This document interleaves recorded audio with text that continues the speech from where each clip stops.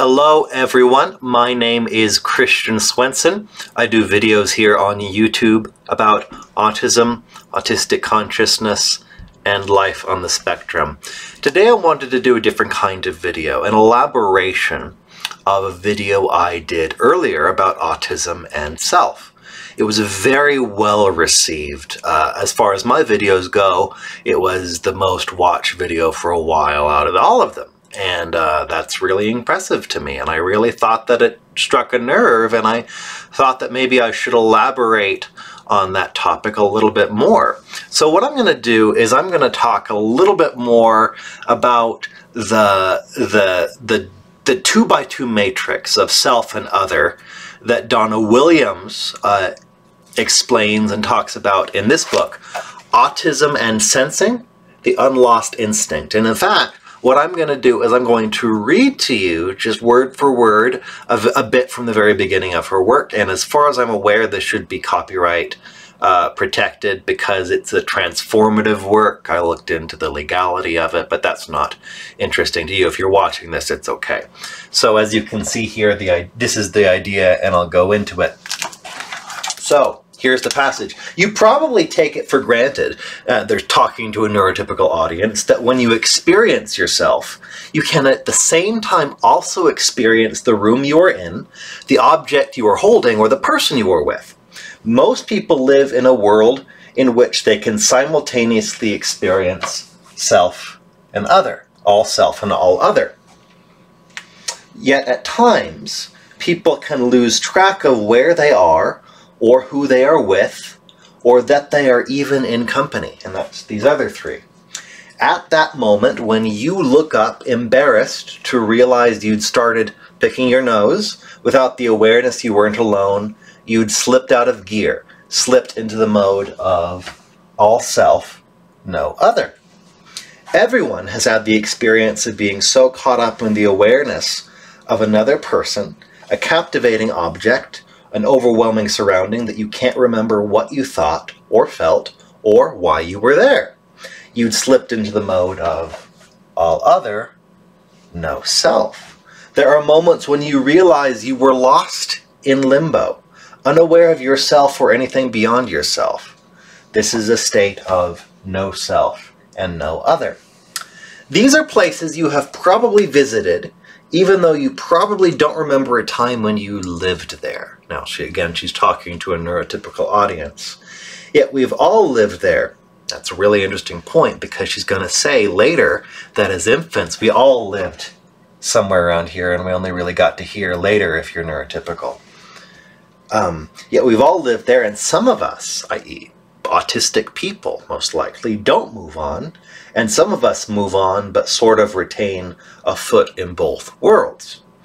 There are some people who live in these foreign realms of all self, no other, all other, no self, no other, or who are constantly jumping between one or the other of these states, but never reaching the simultaneous sense of self and other.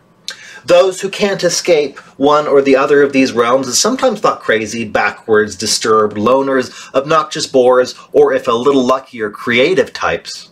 If they can't escape these realms but have got a tourist visa, able to travel from one mode to another, they are considered anything from frightening to enlightened, from special to weird. We are all some of these things some of the time, only in degree is it different for these people. They are there either most of the time or all of the time, moving in a social world which predominantly is not there. Those who live in those other realms, with or without a visitor's visa to the perceptual world most people share, are generally the people who have retained or mastered the system of sensing. Now let me talk about this for a little bit. I was just meditating for an hour. I meditate for long periods of time, and it's the most amazing thing to just sit and to not have to be anywhere, to not have to be anything, to just sit and just let awareness be aware, to let being be. This is what Donna Williams will call later just being. It's a kind of autistic meditation where you just turn, so to speak, consciousness off. I mean, there's still the sights and the sounds, but they're just sights and sounds. There's no self, there's no other, they're just being. And that's kind of like this. And she's going to talk about that just now. When you view someone else, you do not generally view them purely as a collection of sensations, of sensory impressions. Most people bring mind, i.e. interpretation. They bring some kind of awareness of concept to the experiences of each other. They interpret what they experience. Unless drunk or on drugs, most people interpret beyond the sensory. And this is a type of language that Donna Williams uses. I think it's very useful to talk in these terms. There's the sensory, there's the literal, and then there is the significant. This is kind of her language, and I think it's brilliant. She describes later in the book how for most of her childhood she was in the sensory. She just saw the textures, heard the noises. She didn't bring interpretation to them. And in a weird way, that made her more participative with the world because she didn't have the concept in between her and the world. And as we can see here, you know, the literal is where you step beyond that, where you're giving interpretation to things, but you don't bring in context. It's like the book is just the book, and it's never not a book. The teardrop is always a teardrop. It's never a raindrop, that kind of thing. The significant is where you start to really bring interpretation. And the more you get here, the harder it is for various autistic people to go there. Let me erase that because it's confusing to the thing. Literal other, you know. They do not perceive themselves just in the company of fleshy, pliable, textured material with fibrous, stringy matter and moist, moving spherical blobs occurring in various colors. That's how some autistic people see the world, by the way. It's just massive colors and textures that isn't really coherent. Most people gloss over the sensory, unable to see directly the art of life itself, and perceiving the literal seeing flesh, eyes cohesively and collectively forming what they know as human beings. So they see the human being, but they don't see the texture and the art of the human being. Most people perceive beyond the literal to the significant. They see they are not just in the company of other humans, but in the company of other humans they know to be strangers in relation to themselves, or in the company of someone they've spent time with, or who is related to them, or what they call a friend. Most people perceive objects beyond the grainy, sheeny, reflective, flowing, colored, or opaque appearances, beyond their smooth, raspy, cold, textured, tactile experience, beyond the sounds of their clinking, thud-thud, tap-tap surfaces when impacted upon, or their sweet, savory, or chemical tastes and smells, their flexibility, solidness, or bounce when bitten into or impacted upon. So she's describing all of the senses that aren't cohering into a concept, but are just, you know, brilliant and bold and beautiful and blooming. Most people experience the object before the art of it. They whisk over the sensory into the literal and experience themselves not just in the company of glass, wood, metal, paper, plastic-derived objects, but beyond this, into the significant, that these objects are for cooking, for decoration, belong to their neighbor, require a good clean, etc.